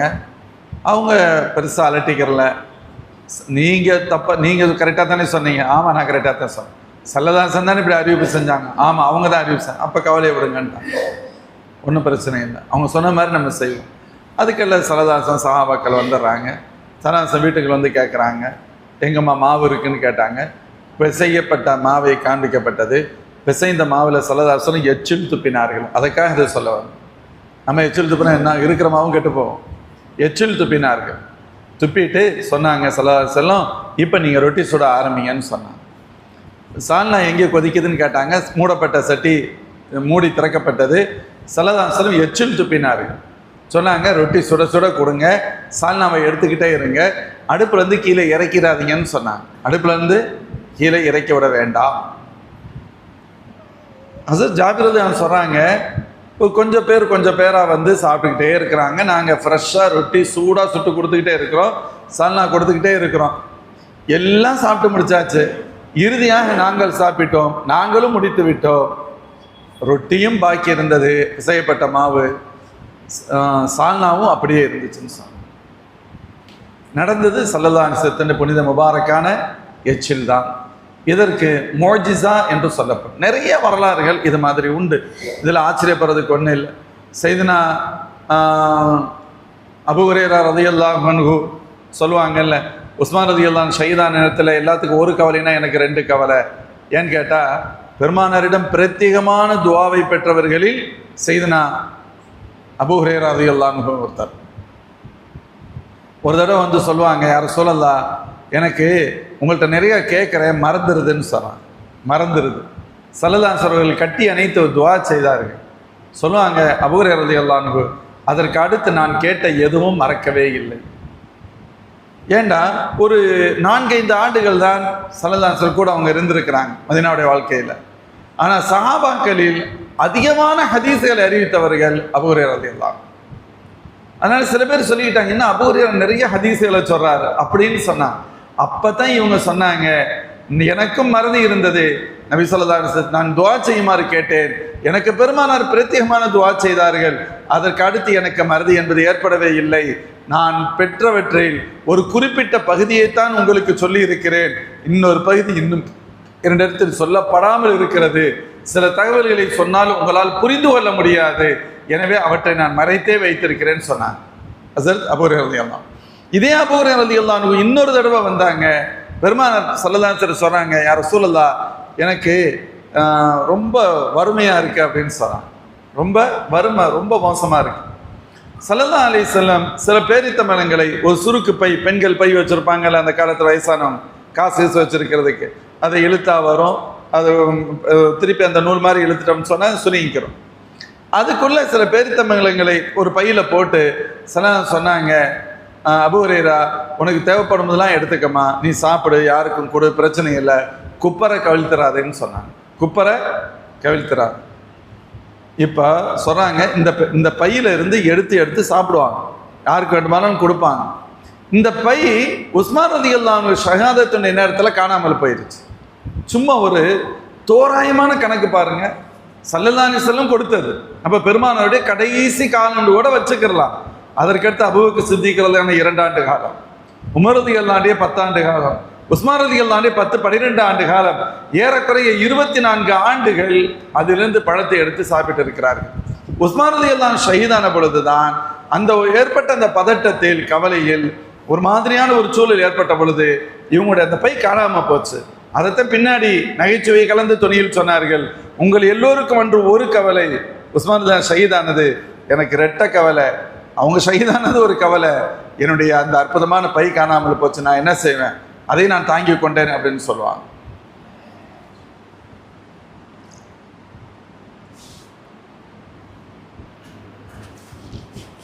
இப்படி நபி ஸல்லல்லாஹு அலைஹி வஸல்லம் வரலாற்றில் நடந்த அற்புதங்கள் நிறைந்த நிகழ்வுகள் அதிகம். அதில் குறிப்பாக ஸல்லல்லாஹு அலைஹி வஸல்லத்துடைய புனிதமான எச்சில் என்பது அது ஒரு வகையான பரக்கத்து இருக்கு. அதனால தான் இதில் இந்த வரலாற்றிலேயே இன்னொரு இடத்தில் கூட வரும், எதிரிகள் பெருமானாரிடம் வந்து பேசிய பொழுது பேசுகிறாங்க, அப்போது அவங்க பார்த்த விஷயம் ஆச்சரியத்தை தந்துச்சு. பெருமானார் எச்சில் துப்பினால் கீழே விழவில்லை, அதை பிடித்து தங்களுடைய மேனியில் தடவி கொள்கிறார்கள், அப்படி நான் பார்த்தேன் என்று தங்களுடைய மக்களிடத்தில் திரும்ப போய் சொன்னாங்கலாம் சொல்லப்படும். சகோதரர்களை, இந்த அப்போ ஹுதைபியா என்பது ஒரு கிணற்றின் பெயர். அந்த கிணற்றில் இந்த தண்ணீர் முழுவதுமாக எடுக்கப்பட்டு விட்டது. ஏன்னா பெரிய கூட்டம் வந்துட்டாங்க, தண்ணீர் மொத்தமாக காலி ஆயிடுச்சு. இதற்கு அடுத்து அதில் தண்ணீர் வரணும்னா நம்ம தேவைக்கு அவ்வளோ சீக்கிரத்தில் கிடைக்க போகிறது இல்லை. அதனால பெருமானார் ஸல்லல்லாஹு முறையிடப்பட்டது. ஸல்லல்லாஹு அலைஹி வஸல்லம் துஆ செய்து விட்டு என்ன செஞ்சாங்க, தண்ணீரை தாங்கள் ஒழு செய்த வாய் கொப்பளித்த தண்ணீரை உள்ளுக்குள் ஊற்றினார்கள். அல்லாஹ் பரக்கத் செய்தான். 1400 பேர் இருந்த அந்த குழுவும் அவர்களுடைய வாகனங்களும் தங்களுக்கு பிரச்சனை இல்லாமல் தண்ணீர் தேவைகளை பூர்த்தி செய்கின்ற அளவிற்கு அல்லாஹ் அதில் பரக்கத் செய்தான். அந்த பரக்கத் செய்த கிணறு இருக்கின்ற இடம்தான் ஹுதைபியா என்ற இடம். ஹாஜிகள் உம்ராவுக்கு போகிறவங்க அது கொஞ்சம் தள்ளி இருக்கு, நம்ம போகிற ரோட்ல இருந்து கொஞ்சம் தள்ளி இருக்கு. அதனால சொல்லுவாங்க இதுதான் அந்த கிணறுன்னு சொல்லுவாங்க. சில பேருக்கு அது என்ன சொல்றாங்கன்னு விளங்காமல் இருக்கும். அந்த கிணறு என்பது இந்த கிணறு தான். இந்த கிணறை வச்சு தான் ஹுதைபியாங்கிற பேரு. இதுல தான் தண்ணீர் சஹாபாக்கள் எடுத்தது வற்றி போயிருச்சு, முழுசா எடுத்துட்டாங்க கொஞ்ச நேரத்துல. அதற்கடுத்து தண்ணீர் பிரச்சனை ஏற்படுகிறது. ஸல்லல்லாஹு அலைஹி வஸல்லம் ஒது செய்து தங்களது முபாரக்கான உமிழ் நீர் கலந்த வாய்க்கொப்பளித்த தண்ணீரை துப்பியதற்கு பின்பு அங்கிருந்து தண்ணீர் பெற்றதே அந்த கிணறு இந்த இடத்துல தான் இருக்கு அப்படின்னு சொல்லப்படும். சகோதரர்களே, சரி, இப்போ இந்த இடத்துல ஹிஜ்ரி 6ஆம் ஆண்டு 1400 சஹாபாக்கள் வந்து தங்கியிருந்தாங்க. உஸ்மான் ரலியல்லாஹு அன்ஹு அனுப்புனாங்க. ஆனால் உஸ்மான் ரலியல்லாஹு அன்ஹு அவங்க வர தாமதமாகுது. அதில் ஏதோ பிரச்சனை என்ற தகவல் பரவுகிறது. ஸல்லல்லாஹு அலைஹி வஸல்லம் சஹாபாக்கள் ஒப்பந்தம் செய்தார்கள், இதை நம்ம என்ன செய்யணும், இதற்கு சரியான பகரம் காண வேண்டும் என்று எல்லோரும் சரியென சொன்னார்கள். பையத் செய்து கொடுத்தார்கள் பெருமானாரிடத்தில். இந்த பையத்தை அல்லாஹ் பையத் செய்து கொடுத்த மோமின்களை திருப்தி கொண்டதாக அறிவிக்கிறான். ஆதலால் இந்த பையத்திற்கே பையத்து ரிதுவான் பெயர் என்று நாம் சொன்னோம். இதுவரை ஒரு தகவல். இதற்கு அடுத்து ஹஸரத் உஸ்மான் ரலியல்லாஹு அன்ஹு வந்துடுறாங்க. வந்து சொல்கிறாங்க, யார் ரசூலல்லாஹ், அவங்கள நமக்கு அனுமதிக்கு மறுக்கிறாங்க, நம்ம இந்த வருஷம் விடமாட்டாங்களாம் அப்படின்னு சொல்கிறாங்க. இப்போ ஒரே சூழல் என்ன செய்கிறது அப்படின்னு சொல்லி பேச்சு நடந்துக்கிட்டு இருக்கு. இதுக்கு இடையில் மக்காவிலிருந்து அந்த எதிரிகள் குறைஷி காப்பிர்கள் சில முக்கியமான நபர்களை அனுப்பி வச்சு பேசுறதுக்கு அனுப்புகிறாங்க. பெருமானார் ஸல்லல்லாஹு அலைஹி வஸல்லம் அப்பொழுதே சொன்னார்கள், யுத்தம் போன்றவைகள் தவிர்க்கப்பட்டு ஏதேனும் ஒரு ஒப்பந்தத்திற்கு அவர்கள் தயாராக இருந்தால் நான் அந்த ஒப்பந்தம் செய்து கொடுப்பதற்கு தயாராக இருக்கிறேன் அப்படின்னு ஸல்லல்லாஹு அலைஹி வஸல்லம் சொன்னாங்க. ஸல்லல்லாஹு சொல்லியிருந்தாங்க. இதுக்கு இடையில அந்த குழு வருகிறது. அவங்க வர்றாங்க. பெருமானார் ஸல்லல்லாஹு அலைஹி வஸல்லம் சஹாபாக்கள் தங்கி இருக்கிற இடத்துக்கு வர்றாங்க, பார்க்குறாங்க. அப்போ தான் அவர்கள் பார்த்த நிகழ்வு அவங்களுக்கு ஆச்சரியத்தை தந்தது. அவங்க காட்டிக்கிறல பெரிய ஆச்சரியப்பட்டாங்க. ஏன்னா இது மாதிரி ஒப்பந்தத்துக்கு வர்றவங்க முக்கியமான ஆட்கள் தானே வந்து பேச வருவாங்க. அவங்க திரும்பி போய் சொன்னாங்க, உலகத்தில் எத்தனையோ தலைவர்களை நாங்கள் பார்த்திருக்கிறோம். அந்த ஆட்சியாளர்கள் தலைவர்கள் வந்தால் அந்த மக்கள் அப்படியே சிரஷ்டாங்க தான் செய்வாங்க, தலையை பூமியில வச்சு தான் சஜா செய்கிற மாதிரிலாம் பார்த்துருக்குறோம். ஆனால் அங்கெல்லாம் போலித்தனம் இருந்தது. சும்மா அது ஒரு ஃபார்மாலிட்டிஸ், அது மட்டுமே இருந்தது. ஆனால் இங்கு நாங்கள் பார்த்தவைகள் எங்களுக்கு ஆச்சரியத்தை தந்தன. அந்த அவர்களது தோழர்களான அவர்களை முகமது ஸல்லல்லாஹு பின்பற்றுகின்ற அந்த மக்கள் அவர்களையே பார்க்கிறார்கள். அவருடைய பார்வையெல்லாம் ஓர்முகமாக இருக்கிறது. அவர்களுடைய உத்தரவுக்காக காத்திருக்கிறார்கள். ஒவ்வொரு அசைவையும் எதிர்பார்க்கிறார்கள். அவர்கள் எச்சில் துப்பினால் கூட கீழே விழ மறுக்கிறது. அந்த அளவிற்கு முக்கியத்துவம் கொடுக்கிறார்கள். இப்படி ஒரு தலைமையை, பொறுப்பாளரை, அவர்களுக்கு இப்படி நடந்து கொள்ளக்கூடிய ஒரு கூட்டத்தை இந்த உலகத்தை நாங்கள் கண்டதே இல்லை. எனவே இது சாதாரணமானது இல்லை, இதில் ஏதோ இருக்கிறது அப்படிங்கிற அளவுக்கு அவங்க சொன்னாங்க. இதற்கு அடுத்து பேச்சுவார்த்தைகள் போய்கொண்டிருக்கிறார். சுருக்கமாக சொன்னார், பேச்சுவார்த்தைகள் போகிறது. அந்த பேச்சுவார்த்தைகளுடைய நிறைவாக ஒப்புக்கொள்ளப்பட்ட பகுதி என்ன அப்படின்னு கேட்டால் பெரும்பாலும் முஸ்லிம்களுக்கு பாதகமாக இருந்தது. பெரும்பாலும் குறிப்பாக என்ன சொல்கிறாங்க, நாம் ஒரு ஒப்பந்தம் செய்து கொள்வோம், அந்த ஒப்பந்தம் ஒரு 10 ஆண்டுகளுக்கான ஒப்பந்தமாக இருக்கட்டும், அந்த ஒப்பந்தம் 10 ஆண்டுகளுக்கான ஒப்பந்தமாக இருக்கட்டும், நம்ம சண்டை சச்சரவு செய்ய வேணாம், நாம் சந்திச்சுக்கிடுவோம், பேசிக்கிறோம், பழகிக்கிறோம். ஆனால் அந்த ஒப்பந்தம் என்ன அப்படின்னு பார்த்தா, அந்த எடுத்த உடனேயே அந்த ஒப்பந்த ஷரத்துகள் முடிவு செய்யப்படுகிறது. அதில் முக்கியமானவை, இந்த வருடம் நீங்கள் திரும்பி போயிடணும். ஃபஸ்ட்டு பாயிண்ட்டு, எதுவெல்லாம் வெறுப்பேற்ற முடியுமோ, சரி வந்துட்டீங்க 2 நாளில் போயிருங்கன்னு சொன்னால் பரவாயில்ல, இந்த வருஷம் நீங்கள் திரும்பி போய்தான் ஆகணும், உங்களை உள்ள அனுமதிக்க மாட்டோம். வருகின்ற வருடம் பாருங்க, அதுவும் அடுத்த வருஷம் வந்துடணும். வர்ற வருஷம் வாங்க, 1 இயர் கழிச்சு நீங்கள் வாங்க. 3 நாட்கள் நீங்கள் நிராயுத பாணிகளாக வர வேண்டும். அரபுகள் இயல்பாக மாளிகையில் ஏதாவது வச்சிருப்பாங்க, இதுவோடு இருக்கக்கூடாது, நிராயுத பாணிகளாக வர வேண்டும். இதற்கு அடுத்து 3 நாட்கள் மட்டும் உங்களுக்கு அனுமதிப்போம். அதில் நீங்கள் உம்ராவுடைய அமல்களை நிறைவு செய்துவிட்டு மக்காவை டோட்டலாக காலி பண்ணிட்டு போயிடணும். 2வது, அதற்கு அடுத்து மதினாவிலிருந்து உங்களின் தரப்பிலிருந்து எங்களிடத்தில் யாராவது வந்துவிட்டால் அவரை நாங்கள் வைத்துக் கொள்வோம். மதினாவிலிருந்து யாராவது எங்கள்கிட்ட வந்துட்டு சேர்ந்துட்டாங்கன்னா நாங்கள் திருப்பி அனுப்ப மாட்டோம், வச்சுக்கிடுவோம்.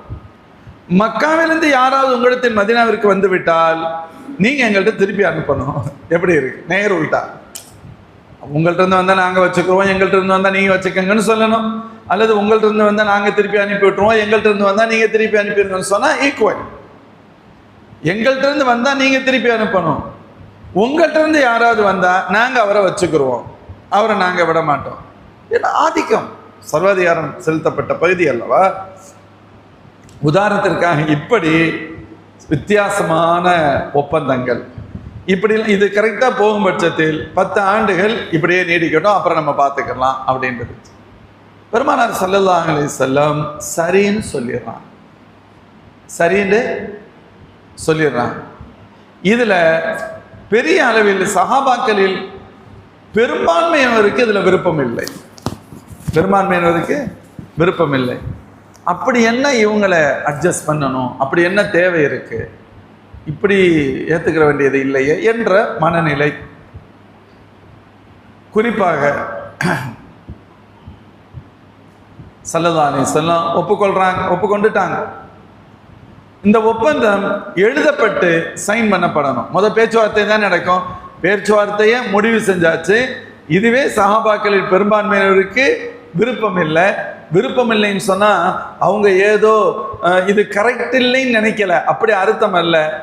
எங்கள் நபி ஸல்லல்லாஹு அலைஹி வஸல்லம் உம்ராவுக்கு ஆசைப்பட்டு வந்தவர்களை இவங்க தடுத்து நிறுத்துவாங்க. இந்த வருஷம் திரும்பி போன்னு சொல்லுவான், இவன் இஷ்டத்துக்கு சட்டம் சொல்லுவான். இதையெல்லாம் கேட்க வேண்டிய தேவை கிடையாது.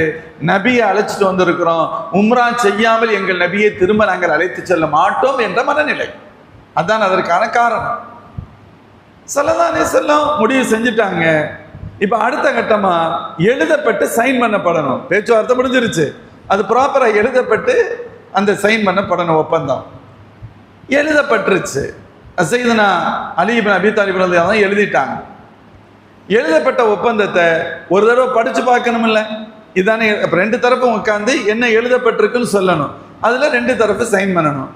எடுத்த உடனே மிம் முஹம்மது ரசூலில்லா, முஹம்மது ஸல்லல்லாஹு அலைஹி வஸல்லம் அவர்களிடமிருந்து அவர்களுக்கும் இந்த மக்களுக்கும் மத்தியில் நடைபெற்ற ஒப்பந்தம் அப்படிங்கிறது இருக்கு. ஃபர்ஸ்ட் அப்படித்தானே எழுதணும். ஒப்பந்தத்தில் 2 பார்ட்டி யாருன்னு சொல்லணும் இல்லை? ஃபர்ஸ்ட் பார்ட்டி முஹம்மது ஸல்லல்லாஹு அலைஹி வஸல்லம், செகண்ட் பார்ட்டி இவங்கள்ட்ட எழுதப்படுது. அவங்க அங்கேயே அப்ஜெக்ஷன் பண்ணாங்க. இன்னும் சொல்ல போனா அதுக்கு முன்னாலேயே அப்ஜெக்ஷன் பண்ண பிஸ்மில்லாஹிர் ரஹ்மானிர் ரஹீம் இருந்துச்சு. பிஸ்மில்லாஹிர் ரஹ்மானிர் ரஹீம் எழுதின உடனே படிச்சாங்க. சையதுனா அலி ரலியல்லாஹு அன்ஹு பிஸ்மில்லாஹிர் ரஹ்மானிர் ரஹீம். அவன் கேட்டான், பிஸ்மில்லா தெரியும், அர் ரஹ்மான் அர் ரஹீம் என்ன புதுசா இருக்கு? அல்லாங்கிறது அவங்களுக்கு தெரியும், கேள்விப்பட்டிருக்கும். அர் ரஹ்மான் அர் ரஹீம் என்ன இருக்கு? இதெல்லாம் எங்களுக்கு தெரியாது, இது எங்களுடைய வாசகம் அல்ல, தூக்குங்கன்றாங்க. எடுத்த உடனேயே சரின்ட்டு எடுத்துட்டாங்க. பிஸ்மில்லா, சரி ஓகே போதும். அது அல்லாஹ்வுடைய உயர் பண்புகளை சிபத்துகளை சொல்கின்ற வார்த்தைகள் தான். ரெண்டாவது படிச்சாங்க மிம் முஹம்மது ரசூல் இல்லா அப்படின்னு படிச்சாங்க. அது என்ன முகமது ரசூலுல்லான்னு கேட்டாங்க. மிம் முஹம்மது இப்னு அப்துல்லான்னு போடுங்க, அப்துல்லாவுடைய மகனார் முகமது அவர்களுக்கும் எங்களுக்கு நடைபெற்ற ஒப்பந்தம்னு போடணும். முகமது ரசூலுல்லான்னு எப்படி போட முடியும்? அவங்க ரசூலுல்லா நாங்கள் ஏத்துக்கிட்டாதான் இந்த பிரச்சனையே வந்திருக்காதேன்றாங்க. சில பேர் முட்டாள்கள் லாஜிக்கா பேசுவான்னு சொல்லுவாங்களா, தான் ரசூலுல்லான்னு ஏத்துக்கிட்டோம்னு சொன்னா ஏன் இவ்வளவு பிரச்சனையே இருந்திருக்காது? நாங்கள் ஒன்னா தானே இருந்திருப்போம்.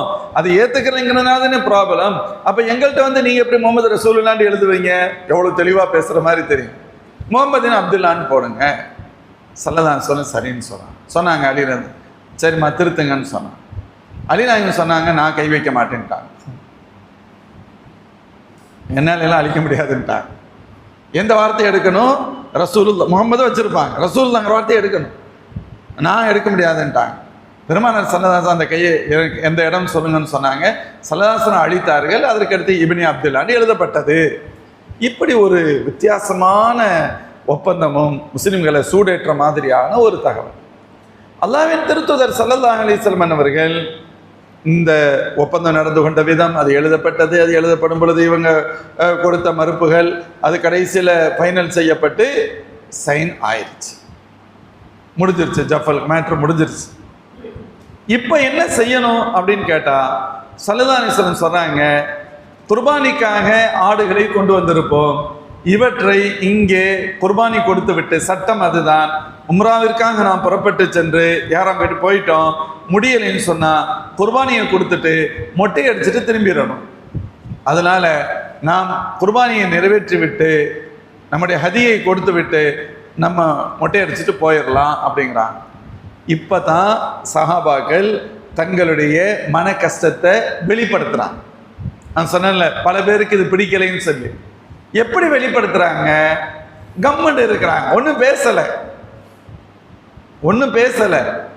குர்பானி கொடுத்துட்டு மொட்டை அடிக்கணுமா இல்லையா? அவங்க வாட்டுக்கு எனக்கு என்னடி எல்லாம் சும்மா இருக்கிறாங்க. நான் ஆரம்பத்திலேயே சொன்னேன், அதற்கான காரணம் என்பது சஹாபாக்களை பொறுத்தவரை, எங்கள் நபி விரும்பி உம்ராவுக்கு வந்திருக்காங்க 6 வருஷம் கழிச்சு, பல நாள் ஏக்கம் அது, அவங்களை உம்ரா செய்ய விடாம நாங்கள் எப்படி மதீனாவுக்கு திருப்பி அழைச்சிட்டு போவோங்கிற மனநிலை அவர்களை பொறுத்தவரை. ஸல்லல்லாஹு அலைஹி வஸல்லம் ரொம்ப கவலையாக இருக்கிறாங்க. என்னடா அது, ஏன்னா முடிக்கணும், முடிச்சுட்டு திரும்பி தான் ஆகணும், மேட்ரு முடிஞ்சு போச்சு. ரொம்ப கவலையாக இருக்கிறாங்க. யாரும் செய்கிற மாதிரி இல்லை. ரொம்ப கவலையாக கூடாரத்துக்கு வந்துட்டாங்க. தங்களுடைய ஒழுக்கப்பட்ட கூடாரத்துக்கு வந்தாங்க. சையதுனா உம்மு சலமா ரலியல்லாஹு அன்ஹா அந்த பயணத்தில் பெருமானார் கூட இருந்தாங்க.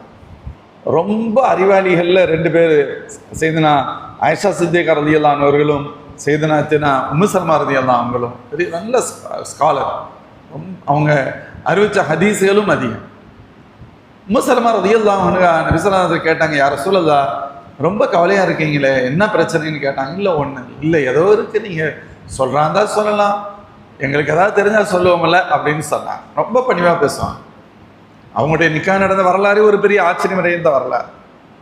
அப்போ ஸல்லல்லாஹு சொன்னாங்க, ஒன்றும் இல்லை, இப்படி நடந்துச்சு, அல்லாஹ்வுடைய நாட்டை தான் இதை ஃபைனல் பண்ணியாச்சு, இப்போ இதை ஒப்புக்கொண்டாச்சுன்னு சொன்னால் நாங்கள் தலைமுடி இறக்கிட்டு குர்பானி கொடுத்துட்டு தலைமுடி இறக்கிட்டு நம்ம ஊருக்கு போகணும், தோழர்கள்லாம் ரொம்ப யோசிக்கிறாங்க, அவங்களால இதை ஜீரணிக்க முடியலை அப்படின்ட்டு ஸல்லல்லாஹு சொல்கிறாங்க. யார சொல்லுதா, முடிவு இது தானே?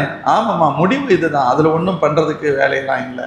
அப்படியா அப்படின்னு சொன்னால், நான் ஒன்று சொன்னால் நீங்கள் கேட்பீங்களா, சொல்லு அப்படின்னு சொன்னாங்க. என்ன சொல்கிறீங்க சொல்லு.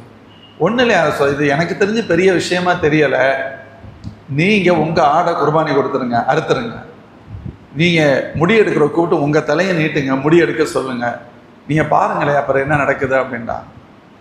சலதாசத்துக்கு அது மனசு, அல்லாஹ்வுடைய நாட்டம், திருவிளையாடல், ரப்பு எல்லாத்துக்கும் ஒரு பங்கு கொடுக்குறான்னு அர்த்தம், எல்லாத்துக்கும் ஒரு வாய்ப்பு தருகிறான் என்பது அதற்கு பொருள். சலதாசனம் வந்தாங்க, அதே போல் குர்பானி கொடுத்தாங்க, பொறுப்பாளரை கூப்பிட்டாங்க, தலைமுடி இறக்குற கூப்பிட்டாங்க, தலையை காமிச்சாங்க, தலைமுடி இறக்கப்படும். சஹாபாக்கள் அதிர்ந்து போயிட்டாங்க.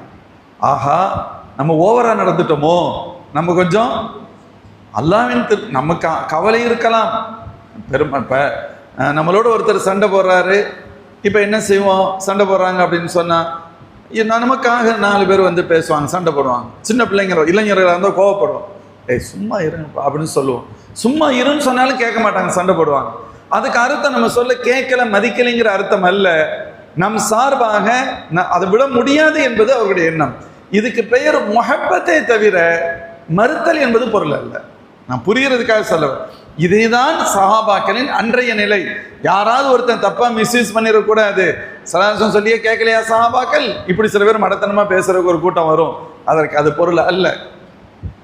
ஆனா இப்ப பாக்குறாங்க, நம்ம ஆர்வத்துல ஸல்லல்லாஹு அலைஹி வஸல்லத்தை விடாம அமல் செய்ய உம்ரா செய்ய விடாம எப்படி நம்ம அழைச்சிட்டு போறதுன்னு கவலைப்பட்டோம். ஆனா அல்லாஹ்வுடைய நாட்டம் என்பது இதுதானே, ஸல்லல்லாஹு அலைஹி வஸல்லம் தலைமுடியை இறக்கிட்டாங்களே, அப்படின்னா நம்ம இவ்வளவு நேரம் தாமதப்படுத்திட்டோமே, தப்பு செஞ்சிட்டோமே என்று பயந்து போய் சஹாபாக்கள் அவங்களே இந்த ஹதீஸை அறிவிக்கின்ற பொழுது சொல்வார்கள், நாங்கள் ஒருவருக்கொருவர் மாறி மாறி மொட்டையடித்துக் கொண்டோம், வேகமாக எங்களது தலைகளை முடிகளை இறக்கி கொண்டோம். எவ்வளவு வேகமாக நாங்கள் செய்தோம் என்று சொன்னால், நாங்கள் எங்களுடைய அவசரத்தால் கழுத்தில் கத்திப்பட்டு விடுமோ என்ற அளவிற்கு அவசரமாக நடந்து கொண்டோம். ஸல்லல்லாஹு அலைஹி வஸல்லம் முடி இறக்கிட்டாங்க. அது எப்படி உங்களுக்கு என்ன அவ்வளவு இது? நீங்க என்ன ஓவரா இது எப்படி பேச முடியும்? நீங்கள் என்ன அப்படி எப்படி சிந்திக்க முடியும்? தங்களுக்கு தாங்களே பயந்து போய் கவலைப்பட்டு முடி எடுத்துட்டாங்க வரலாறு வரும்.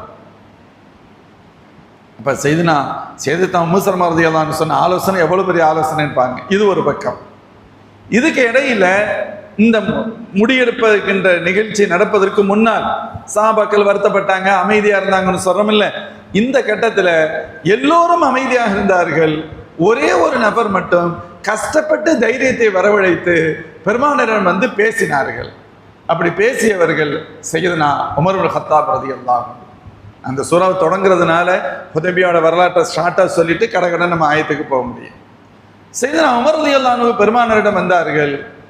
வந்து அவங்களால ஜீரணிக்க முடியல, யார சொல்ல நம்ம சத்தியத்துல தானே இருக்கிறோம், நிறைய கேட்குறாங்க, அதை எப்படி இது பண்ண முடியும் வைக்க முடியும் அப்படின்ட்டு மனசுல உள்ளதெல்லாம் கொட்டுறாங்க. ஸல்லல்லாஹு அலைஹி வஸல்லம் பதில் சொல்லவே இல்லை. பெருமானார் பதில் சொல்லவே இல்லை. ஒரு கட்டத்தில் அவங்களே சொல்றாங்க, நான் பெருமானாரிடம் 3 முறை பேசினேன், ஸல்லல்லாஹு அலைஹி வஸல்லம் எனக்கு பதில் சொல்லலை. பெருமானார் ஸல்லல்லாஹு அலைஹி வஸல்லம் பதில் சொல்லவில்லை என்றவுடன் எனக்கு ஒரு பெரிய அச்சம் ஏற்பட்டு விட்டது. நான் அந்த இடத்திலிருந்து வேகமாக நகர்ந்தேன், என்னை நானே பேசிக்கொண்டேன். சக்கிலத்துக்கு உம்முக்க யவனல் ஹிதாப், உமரே உன் தாய் உன்னை இழக்கட்டும். அதாவது குழந்தையை இழந்த தாய்க்கு சாக்கிலான்னு சொல்லுவாங்க. அரபுகள் சில சமயத்துல அந்த வார்த்தையை பயன்படுத்துவாங்க. உன் தாய் உன்னை இழக்கட்டும்னா என்ன அர்த்தம்? நீ மௌத்தா போகட்டும்னு கருத்து. அது நீ மௌத்தா கூட போயிருக்கலாமே, நீ எதுக்கு வாழ்ற, உனக்கு என்ன தகுதி இருக்கு அப்படின்னு யாரை கேட்குறாங்க? உன் தாய் உன்னை இழக்கட்டும் அப்படின்னு தன்னைத்தானே பேசிக்கொண்டு விட்டு சொன்னார்கள். நான் தன் நப்சபாத் சொல்றாங்க, நீ பெருமானார்கிட்ட பேசின, உனக்கு ஸல்லல்லாஹு அலைஹி வஸல்லம் 3 தடவையும் பதில் சொல்லவே இல்லையே, அப்படின்னா நீ ஏதோ தேவையில்லாததானே பேசியிருக்கிற அப்படி சொல்லிட்டு எனக்கு நானே பேசிக்கொண்டு எனது வாகனத்தை நான் வேகமாக ஏறி அந்த இடத்தை விட்டு சற்று தூரமாக செல்ல முயற்சித்தேன். எனக்கு பயம், என் விஷயத்தில் ஏதாவது வசனம் வந்து விடுமோ என்ற அச்சம், எனக்கு பயம். நான் பயந்து போய் வேகமா ஏறி எஸ்கேப் ஆகிற மாதிரி இந்த இடத்தை விட்டு நகர்கிறேன். ஒருவர் எனக்கு பின்னால் இருந்து அழைக்கிறார், யா உமர் ஐனா உமர், உமரே. இவங்களை பார்த்து கேட்காம யா உமர் உமரே அப்படின்னு அழைக்கிறாங்க. உமர் எங்கே இருக்கிறார்? ஐனா உமர், உமர் எங்கே அப்படின்னு கூப்பிடுகிறார்கள். எனக்கு தூக்கி வாரி போட்டுருச்சு. நான் சத்தம் கேட்டவுடன் திரும்பினேன். ஆனால் நான் நினைத்தேன் என் விஷயத்தில் ஏதோ வசனம் இறங்கிவிட்டது, என் விஷயத்தில் ஏதோ வசனம் இறங்கிருச்சு அப்படின்னு நான் பயந்து போய் திரும்புகிறேன். எங்க நபி ஸல்லல்லாஹு அலைஹி வஸல்லம் சொன்னார்கள், உமர் நஸலத் அலைய அல்லைலா சூரத்துன் ஹிய அஹப்பு இலைய மினத் துன்யா வமா ஃபீஹா. உமரே, எனக்கு இந்த இரவு ஒரு வசனம் இறங்கி இருக்கிறது, அது இந்த ஒட்டுமொத்த உலகம் அனைத்தையும் விட சிறந்த ஒரு அத்தியாயம் எனக்கு இந்த இரவு இறங்கி இருக்கிறது என்று கூறிவிட்டு அல்லாஹ்வின் திருத்தூதர் ஸல்லல்லாஹு அலைஹி வஸல்லம் இந்த வசனத்தை சொன்னார்கள், இன்னா ஃபதஹ்னா லக ஃபதஹம் முபீனா லியக்ஃபிர லக அல்லாஹு மா தகத்தம மின் தம்பிக வ மா தஅഖர் என்று தொடங்குகின்ற இந்த அத்தியாயம் எனக்கு இறக்கப்பட்டது என்று எம்பெருமானார் ஸல்லல்லாஹு அலைஹி வஸல்லம் அவர்கள் சொன்னார்கள். அதனால சொல்லுவாங்க, இந்த அத்தியாயம் இந்த முழு உலகத்தை விட சிறந்த மதிப்புமிக்க அத்தியாயம் என்று சொல்லப்படும். அதே போன்று இன்னொரு ரிவாயத் வருகின்ற பொழுது அனஸ் இப்னு மாலிக் ரலியல்லாஹு அன்ஹு சொல்வார்கள், அல்லாஹ்வின் திருத்தூதர் ஸல்லல்லாஹு அலைஹி வஸல்லம் ஹுதைபியாவுடைய இந்த ஒப்பந்தம் முடிந்து திரும்புகின்ற பொழுதுதான் இந்த வசனம் இறங்கியது. அப்பொழுது பெருமானார் சொன்னார்கள், லகத் உன்ஸிலத் அலைய ஆயத்துன் அஹப்பு இலைய மிம்மா அலல் அர்த். இந்த மண்ணில் இருக்கின்ற அனைத்தையும் விட சிறந்த வசனம், சிறந்த அத்தியாயம், சிறந்த வசனம் எனக்கு இறக்கப்பட்டிருக்கிறது என்று எபெருமானார் ஸல்லல்லாஹு அலைஹி வஸல்லம் குறிப்பிட்டார்கள் என்ற ஹதீஸும் பதிவாகும். முஃமின்களே, அல்லாஹ் ஜல்ல ஷானு வ தஆலா இந்த நிகழ்வு நடந்து மதீனாவிலிருந்து அவங்க மக்காவுக்கு வந்து, மக்காவுக்கு பக்கத்தில் ஹுதைபியாங்கிற இடத்துல தங்கியிருந்து உஸ்மான் கனி ரலியல்லாஹு அன்ஹு அனுப்பி அந்த தகவல் வந்தது. அதற்கு அடுத்து அவங்களுக்கும் மூமின்களுக்கும் இறைமறுப்பாளுக்கு மத்தியான ஒப்பந்தம் நடைபெற்றது. இறுதியாக ஸல்லல்லாஹு அலைஹி வஸல்லம் குர்பானியை நிறைவேற்றிவிட்டு தலைமுடி இறக்கி கொண்டு ஸல்லல்லாஹு அலைஹி வஸல்லம் சஹாபாக்கள் திரும்பியது. அப்படி திரும்பிய நேரத்தில் இறங்கிய அத்தியாயம்தான் இந்த வசனம். திரும்புகின்ற பொழுது இறங்கிய அத்தியாயம். அல்லாஹ் என்ன சொல்ல வர அந்த அத்தியாயத்தின் மேலோட்டமான பொருளை மட்டும் பார்க்கின்றோம். இன்னா ஃபதஹ்னா லக ஃபத்ஹம் முபீனா, உங்களுக்கு நாம் தெளிவான வெற்றியை தந்துவிட்டோம், தெளிவான வெற்றியை தந்துவிட்டோம். லியக்ஃபிர லக்கல்லாஹு மா தகத்தம மின் தம்பிக வமா தஅஹர். அல்லாஹ் இந்த வெற்றியை உங்களுக்கு எதற்கு தந்தான் எனில், உங்களுடைய முந்திய பிந்திய பாவங்கள் அனைத்தையும் மன்னிப்பதற்கும், தன்னுடைய அருளை தன் அருளை நியாமத்தை உங்கள் மீது முழுமையாக்குவதற்கும், எனும் நேரான வழியில் உங்களை அழைத்து செல்வதற்கும், மேலும் அசீசா உங்களுக்கு முழுமையான உதவியை அல்லாஹ் செய்வதற்குமாக இந்த வெற்றியை அல்லாஹ் உங்களுக்கு தந்தான் என்று சொல்லப்படுகிறது.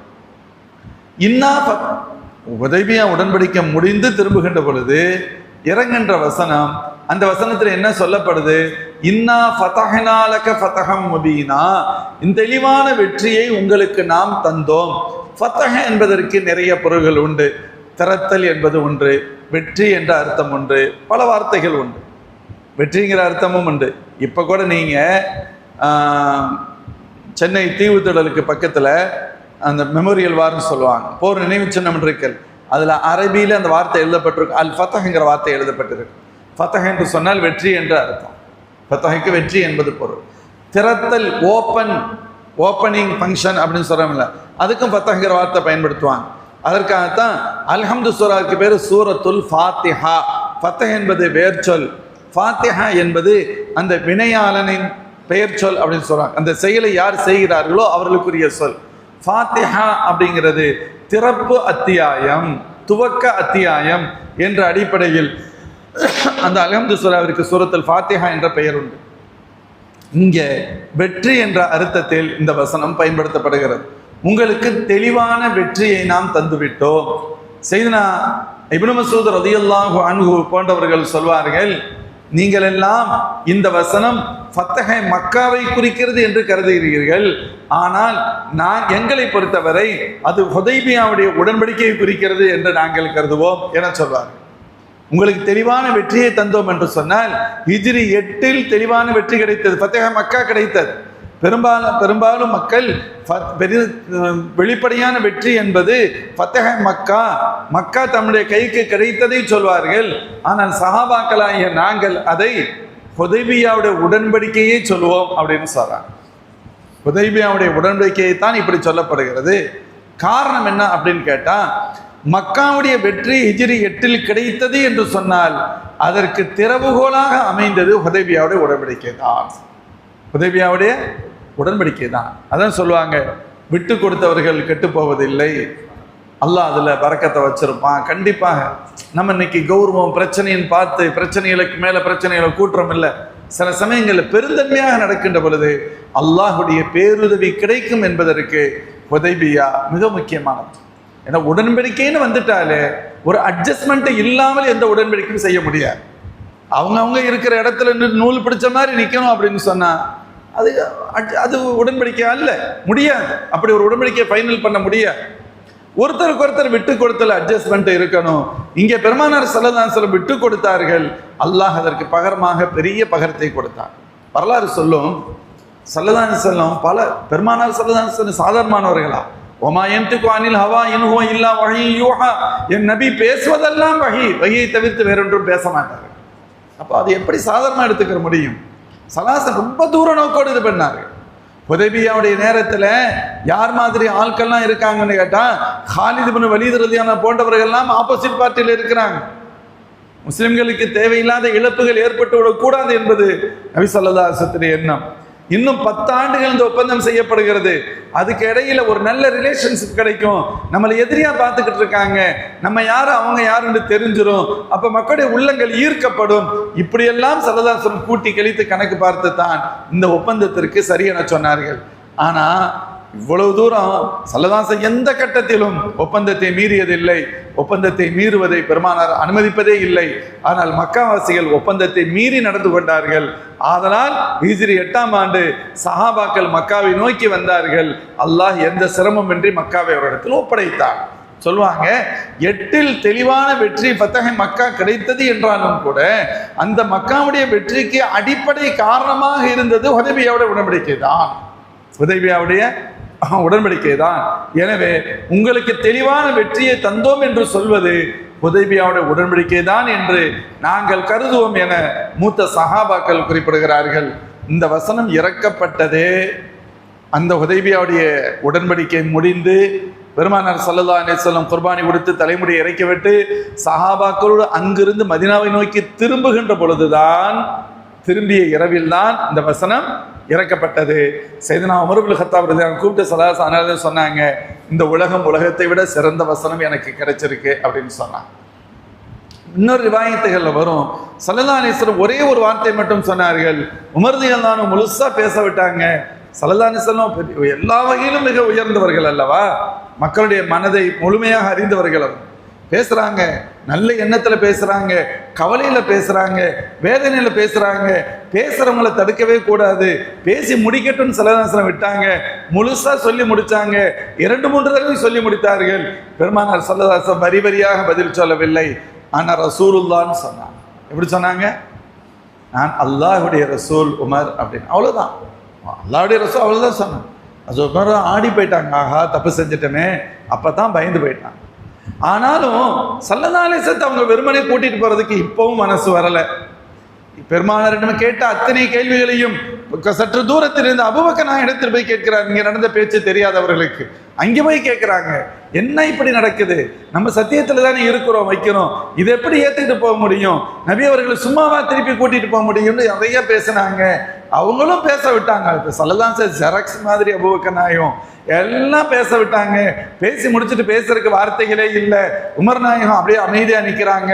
அபூபக்கர் நாயகம் சொன்னாங்க, உஹுவ ரசூலுல்லாஹ், அவர்கள் அல்லாஹ்வுடைய ரசூல் சொன்னாங்க. ஸல்லல்லாஹு அலைஹி வஸல்லம் ஆனா ரசூலுல்லாஹ் சொன்னாங்க. அபூபக்கர் நாயகம் என்ன சொன்னாங்க? உஹுவ ரசூலுல்லாஹ், அவங்க அல்லாஹ்வுடைய ரசூல் அப்படின்னு சொன்னாங்க. அவ்வளவுதான். இதுக்கு அடுத்து தான் கொஞ்சம் நார்மலுக்கு வர்றாங்க. நார்மலுக்கு வரும்பொழுது தான் பயம் வந்துருச்சு. அப்பதானே பயம் வரும், அது வரைக்கும் பயம் வராது. நீ ஓவரா நடந்துட்ட உமர், என்ன இருந்தாலும் நீ எப்படி இப்படி கேட்டிருக்க முடியும்? அப்பதான் பயந்து தனக்கு எதிராக வசனங்கள் வந்துவிடுமோ என்றெல்லாம் பயந்தது. முன்னின்களே, இந்த வசனத்திற்கான இன்னும் உள்ளுக்குள் இருக்கக்கூடிய பொருள்களை இதை தொடர்ந்த வசனங்களை அடிப்படையாக கொண்ட வரலாற்று தகவலை இன்ஷா அல்லாஹ் வருகின்ற வாரம் தொடர்ந்து பார்க்கலாம். எல்லாம் அல்ல அல்லாஹ் ஜல்ல ஷானஹு வ தஆலா இந்த வசனத்தின் வழியாக நமக்கு என்ன படிப்பினைகளை ரப்பு தருகிறானோ அவைகளை ஏற்று நடக்கும் நசீபை நமக்கும் அனைத்து மூமின்களுக்கும் அல்லாஹ் வழங்குவானாக. பிஸ்மில்லாஹிர் ரஹ்மானிர் ரஹீம். அல்ஹம்துலில்லாஹி ரப்பில் ஆலமீன்.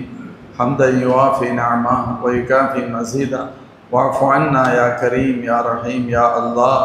அல்லாஹும்ம ஸல்லி வ ஸல்லிம் அலா ரசூலிக சய்யிதனா வ நபியினா வ மௌலானா முஹம்மதின் ஸல்லல்லாஹு அலைஹி வஸல்லம் ஹக்க கத்ரிஹி வ மிக்தாரிஹி صلاة دائمة بدوام ملك الله. اللهم أنت السلام ومنك السلام وإليك يرجع السلام. وحينا ربنا بالسلام وأدخلنا برحمتك دار السلام. وتعاليت ربنا يا ذا الجلال والإكرام. اللهم أرنا الحق حقا وارزقنا اتباعه وأرنا الباطل باطلا وارزقنا اجتنابه. اللهم ربنا اغفر وارحم وأنت خير الراحمين. وصل وسلم على رسولك سيدنا محمد صلى الله عليه وسلم وعلى آله وصحبه أجمعين والحمد لله رب العالمين. صلى الله على محمد صلى الله عليه وسلم. صلى الله على محمد صلى الله عليه وسلم. صلى الله على محمد يا رب صل. صدق الله العظيم.